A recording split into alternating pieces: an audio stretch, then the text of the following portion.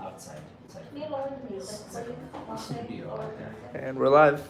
Hey guys, it's Dr. Emer, and amidst the coronavirus, we're all being really safe here in the office, and we're doing little touch-up treatments to my patients that are at home having the time to heal, and they want to look good and feel good while they're restricted indoors. So we're going to do a little male facial rejuvenation today using fillers. We already did a treatment a few weeks ago, and I always tell people when you're treating the under eye area, especially if you're a candidate for surgery where you have really hollow looking eyes or puffy bags and you want to use fillers to get an improvement, what we try and do is build it slowly over time. So we did a little filler a few weeks ago. We got a really nice improvement already. Can't even tell that he had it done. Now we're going to work and build that up for a little bit more, and we'll pretty much be set then for a minimum 6 months to a year, if not a little longer. So smile as big as you can. I just want people to see. So overall, we have a little bit of volume here. All I want to do is continue to raise this central volume. Now with him, the deal is if you overdo the amount of filler here in his midface, he's going to look feminized. So what we're trying to do is act it almost like a cheek implant and do more of a structured look where we lift it slightly here, giving underlying structure and lifting without it looking angled or too feminine. And so that's all I'm doing there today on this side for the part of the cheek. Now I'm going to go to the opposite side and do that same amount. That amount is going to give us just that little bit of lifting that he needs to help give some underlying support. Because remember, you don't want to put a beautiful house on a foundation where the house can cave in. So what we're doing is you don't want to overfill the under eye without giving it support in the mid face. And with him being, very avid in the gym, you lose volume here quite easily. So just that little bit correctly is going to give him a lot of support and a nice, more rejuvenating look. So now the second part will be to go work our way to the under eye. And what product are we using today? So we're using Juvederm VOLUMA to give him lift in the midface. We're using Volbella, which is obviously a much smaller particle, thinner and more silky, up on the under eye portion. And this one now we're going to work our way a little higher. This will feel a little bit initially. We're going to do micro droplet technique, where we do just small little blebs, trying to be as gentle as I can because he's got thin skin. You don't want to cause too much bruising. And we obviously don't want it to look swollen. And so we're going to lightly massage.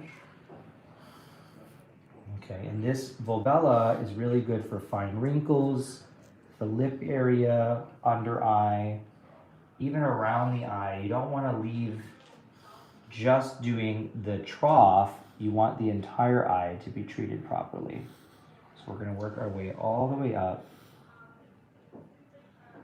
Now one thing I want to tell you guys, you got to keep his eyelid anatomy. So you don't want to get rid of, a little pinch, you don't want to get rid of the crease that he has. Naturally, you want to keep the crease because everyone has a crease. But what we want to do is camouflage, hold on. We want to camouflage, and we're just going to do a light pressure, the bags. Okay, so she's going to come over and do very light Q-tipping is what we call it. So a little light rolling just to blend it in properly. Pain is okay? You're okay? No, it doesn't really hurt at all. Good. So he's doing very little and we're working our way up. And this is more of an older school technique. I used to do this many years ago when we had no other fillers. Unfortunately, all those people looked swollen because we only had Juvederm and Restylane then, which held a lot of water.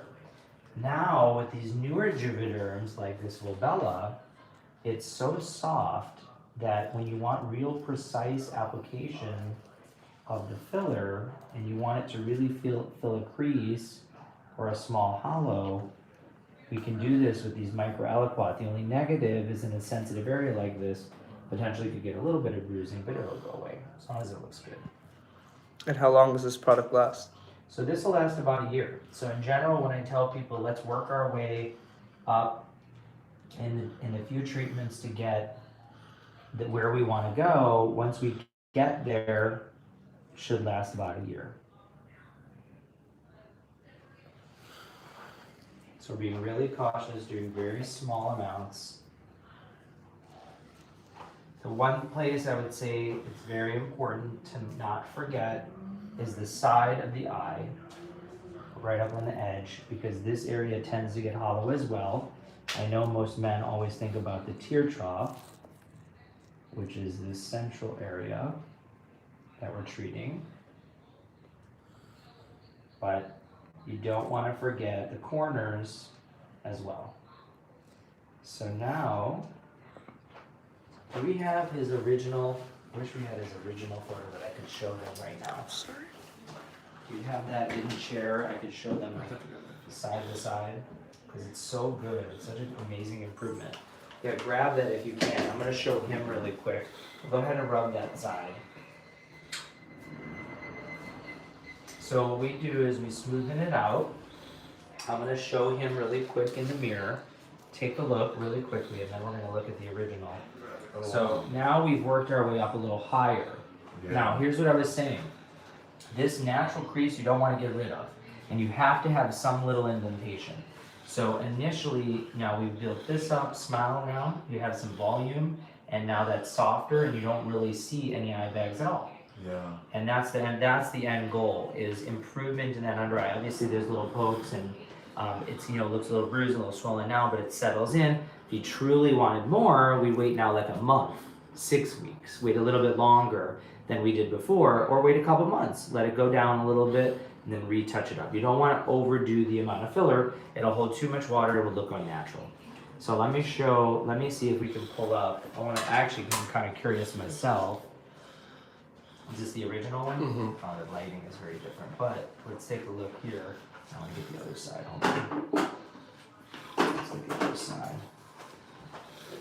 Yeah, it's really good. So if we take a look here, show them in, zoom on in over there. You can see here, there's much more volume in his midface here, and his under eye area, which we'll zoom in on, is much more soft and improved. And you can see that same thing on this side. You see the angle going downward here with that overhead lighting. Now it's more lifted and it's much more soft through here. That under eye crease and that hollow and everything is pretty much gone. So that's what we can do, you guys, for brightening the under eye. You can see what it looked like before. It's harder to see in this lighting. But you can see under eye brightening using a little bit of filler. The next step is going to be to do peels and some lasers and really tighten the skin and let the filler settle so that the volume is there. Now we do the texture and the tone. Bye, guys.